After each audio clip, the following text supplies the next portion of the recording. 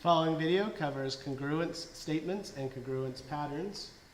There are 4 different congruence patterns, so we're looking at the least amount of information needed to prove that 2 triangles are congruent. So congruent means that from one triangle to the next that all angles are preserved and all the side lengths are preserved as well. So the least amount of information that I need, one congruence pattern is angle, side, angle. Now that means that we have an angle, let's say that this angle here is congruent to this angle here. And we know that we have an included side, so let's say that this side is congruent to this side, and this angle here is congruent to this angle here as well. Now, if I know with 2 triangles, if I know angle, side, angle, then I know that everything else is the same. Just by knowing these 3 facts, I know also I can infer that this length here is congruent to this length here, that this angle here is congruent to this angle here, and this length here is congruent to this length here. So that is one of our congruence patterns, is angle, side, angle. The S, the side in between the 2 angles, indicates that we have an inclusive side. Another congruence pattern is side, angle, side. Now this means that we have 2 sides and an included angle. So let's say that we know that this side here is congruent to this side here, that this angle here is congruent to this angle here, and this side here is congruent to this side here. Now this is the least amount of information, again, that we need to know, these 3 pieces of information, to infer that all of the other, that this angle here is congruent to this angle, that this side here is congruent to this side here, and this angle here is congruent to this angle here. So here we've covered 2 different congruence patterns so far. We also have side, side, side. Side, side, side means that if I know that all of the sides, I have this side is congruent to this side here is congruent to this side, and this third side is congruent to this third side, then this forces all of the angles to be congruent as well. So we have another congruence pattern. Our 4th and last congruence pattern is angle, angle, side. Now angle, angle, side is different than angle, side, angle because the side is not an included side. We have an angle and we have another angle followed by a side. The side is not included. So if I know, sorry, we should actually indicate that this angle here is congruent to this angle here, this angle here is congruent to this angle here, and this side here is congruent to this side here. So those are our 4 congruence patterns: angle, side, angle, side, side, side, side, and angle, angle, side.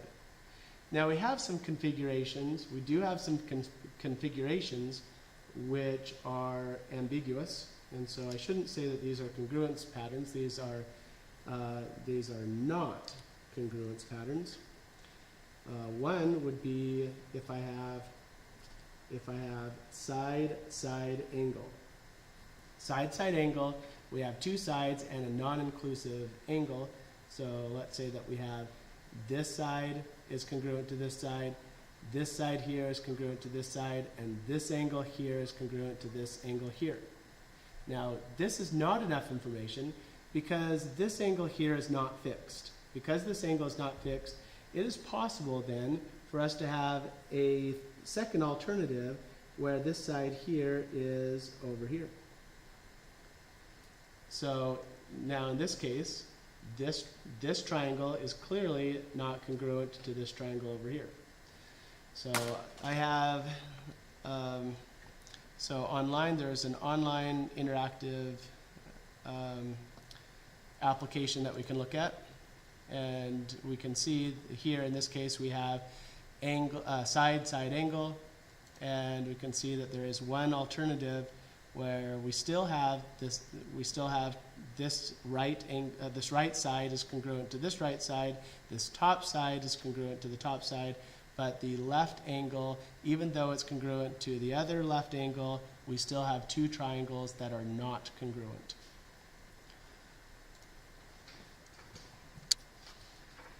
Another configuration that is not congruent is that if I have angle, angle, angle.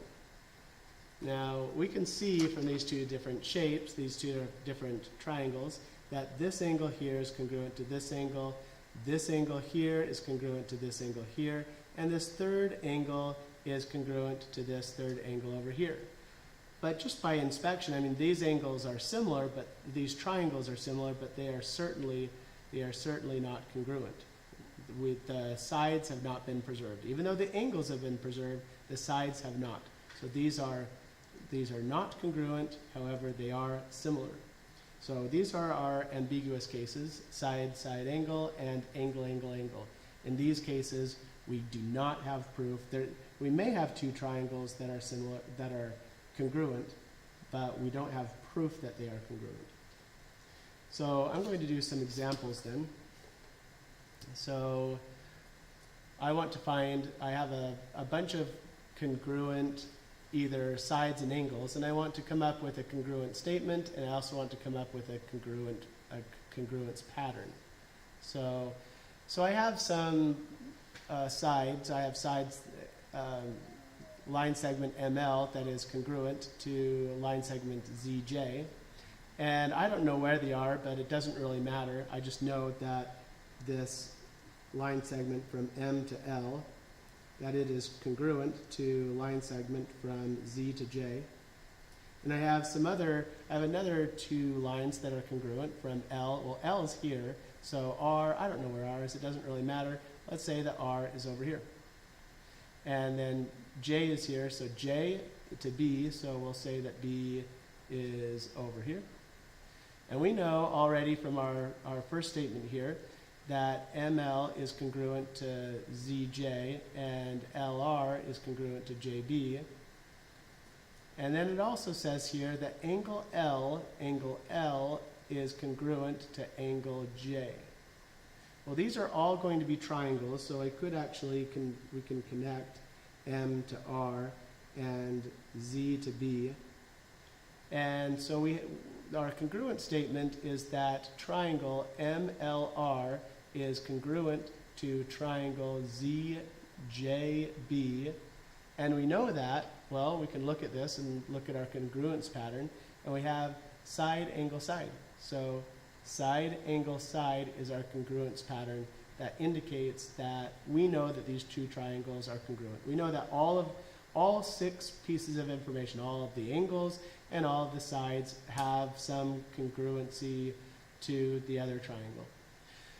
So let's look at the next one. I have some line segment WB, so here's my W and here is B. And it is congruent to QR.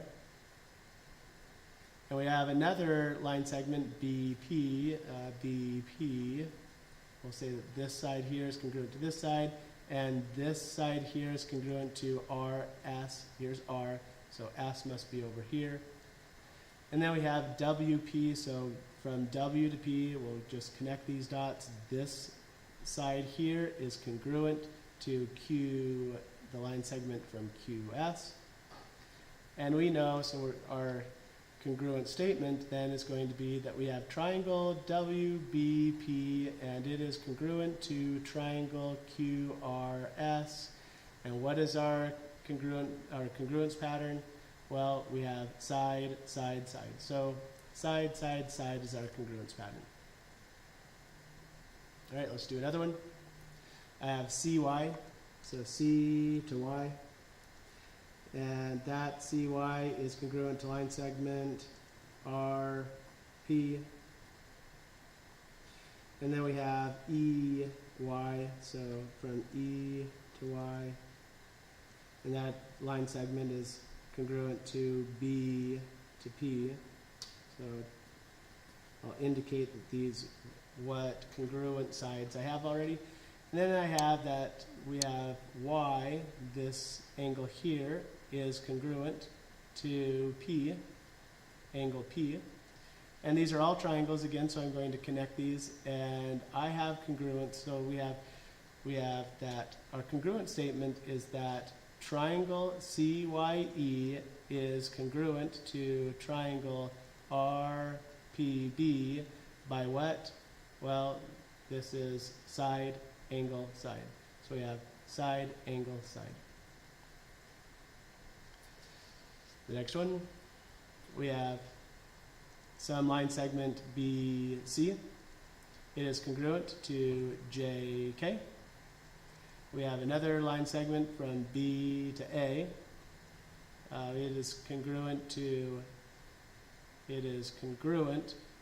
JM. And then we have angle B here and angle J here. And these are two different triangles, so we can connect these as well. We have triangle CBA is congruent to triangle KJM, and by what? By side, angle, side. Side, angle, side. So this is sort of boring because it seems like most of these are the same. So hopefully there'll be something a little bit different, but we'll see. So we have a line segment DF is congruent to X, Z. We have another line segment from F to Y, from F to Y, and that is congruent to line segment Z to W. And then we have our angle F, which is here, and which is congruent to angle Z, which is here. We have triangles, so we have, in this case, well, we have triangle DFY, and that is congruent to XZW, triangle XZW. And how do we know that these are congruent? By side, angle, side. Side, angle, side. So we have a lot of side, angle, sides, and we have a side, side, side, but it doesn't look like we're using any of the other congruency patterns, which is a little bit disappointing. So here we have WX is congruent to line segment A to B. We have a line segment from X to Z, which is congruent to line segment B to C. And then we have W to Z is congruent to line segment A to C. So we have triangle WXZ is congruent to triangle ABC. And the congruency pattern we have here is side, side, side. So we have side, side, side. So I hope this is helpful and you have a better understanding of congruent statements and congruent patterns, and have a wonderful day.